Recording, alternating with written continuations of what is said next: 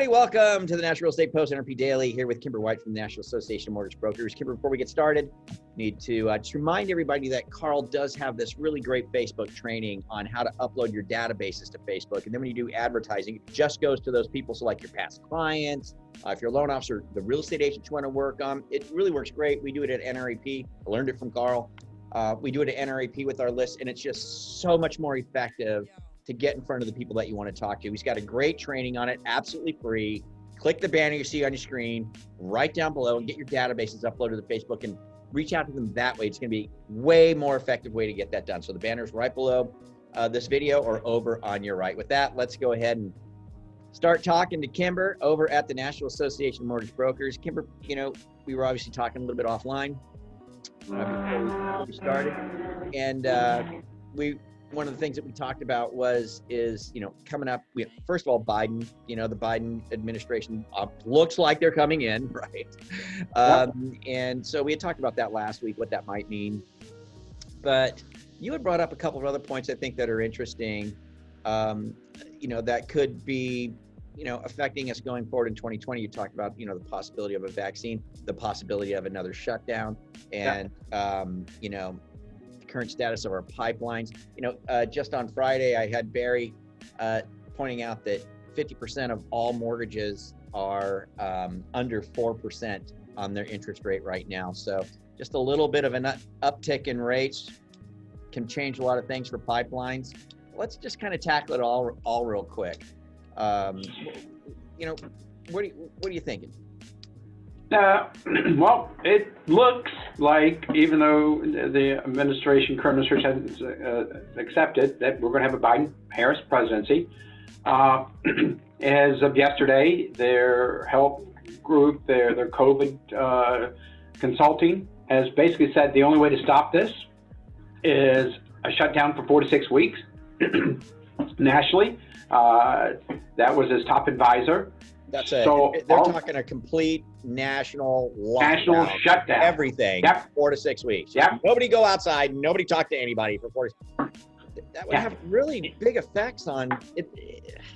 We can't even imagine. We can't comprehend the economic issues that would come from this.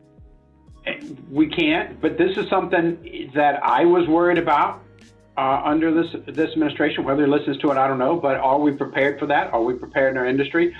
Are we being proactive? NAMB's being proactive because we understand what's going to happen. We're going to have to carry the CARES Act. We're going to have to get money for people to live on. We got to look at the long-term impact of what's going to be the financial impact of people with their homes, forbearance. We have to look at all of those things. And I think that is something we need to be preparing for. So when we're looking into our 21 budgeting plans as businesses, as a small business myself, you need to be planning for the what ifs. You need to be planning for the what ifs about, you may not be going to live shows. You're a small business. You may not be participating. You may not be out there. How can you continue your business? I mean, we all got considered essential businesses, but we also got fortunate through the refinance that the interest rates were so low that it didn't impact us through refinancing. As you just said, 50% of the people are under 4% now. A little tick up in the rate puts you at over 3, and is it not worth the person refinancing their home? Where are you at with that? Where are you going to be with your purchase business? What have you done with your purchase business? That's the next question I have to ask. What have you done this year with your purchase business? Have you taken an analysis of your third quarter and seen what you did in your second and third quarter versus purchase versus refinance business? If you are on the upward swing of refinance and downward swing of purchase business, you might want to look at readjusting yourself, because that refinance business is going away, and we know it no matter what. I mean, we just did our analysis, and we're over 60%. Last quarter, second quarter, we were about 50-50. We're almost 70% purchase business. Third quarter, we're going into our fourth quarter, probably about the same thing. But what we've had to do is keep cultivating through the whole time our real estate business and making sure it's there. Because if you went after the refinance boom, you got a rude awakening coming the first quarter of next year. Because as Barry said on Friday, under 4%. I see that too with my pipelines. We refinance most of our people out. You know, and will the rates go down? Will they go up? Where are we going with FHFA? Sure, the collateral will probably be out, but what kind of changes will be that? We always see rates tick up during an administration. What's going to happen under the new Treasury Secretary that comes in, who's going to definitely want to be more to the consumer?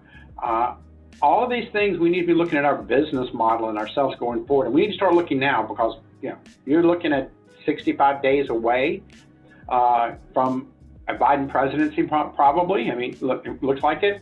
And what's our market going to change for our industry? And what are we doing to prepare and be prepared in the event these things happen?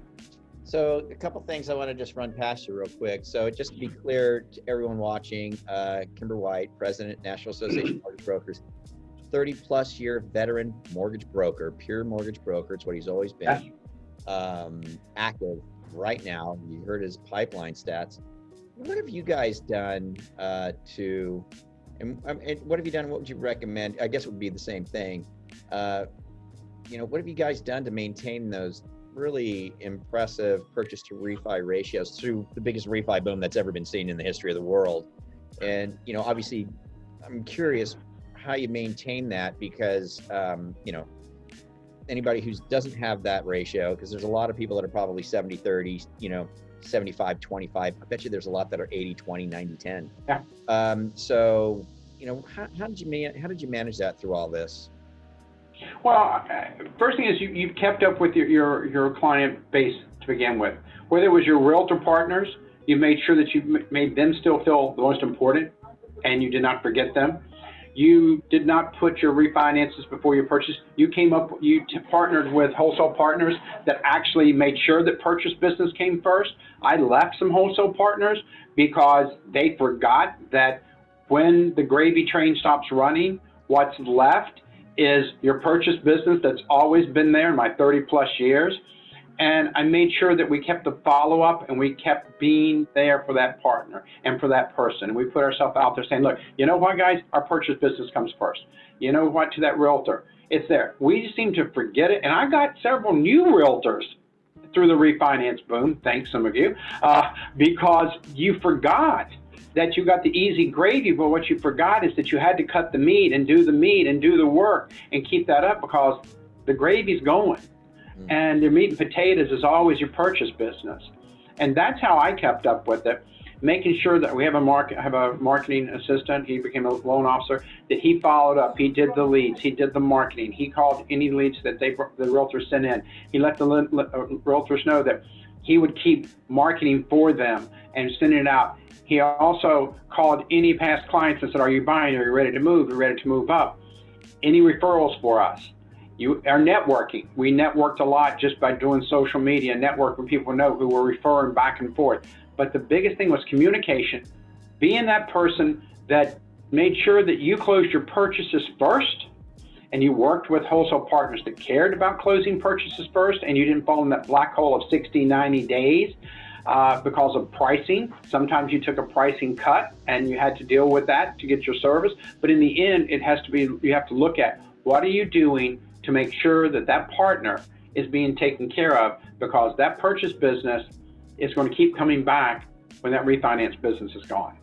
So just one more thing, we'll get out of here. I don't want to keep everybody too long, but one more thing. You mentioned before that there's a NAMB University or NAMB Academy, I can't remember what you said it was, coming down the pipe pretty soon. Are these some of the things that they'll be able to learn at the upcoming NAMB Academy or University? In NAMB University, first thing, it's going to teach the basic loan officer how to be a loan officer. Okay. It's going to work with you. You got your license, now what?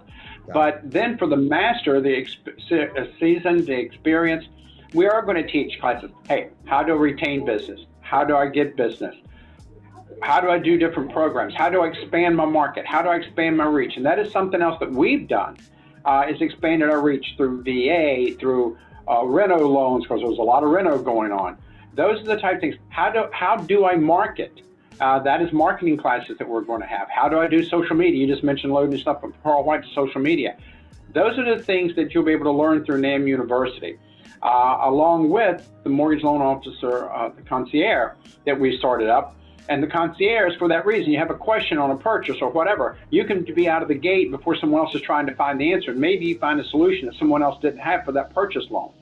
And maybe you'll also go to the niche product for being that person who works that niche product who no one else could because they only want A paper loans. And that's how you get your business to saying, you know what, I'll take any loan and I'll work it. And you go out and find a solution. That's what NAMB University and the NAMB Concierge is about, is to helping to find those solutions and to make you a better loan officer, which can expand your business.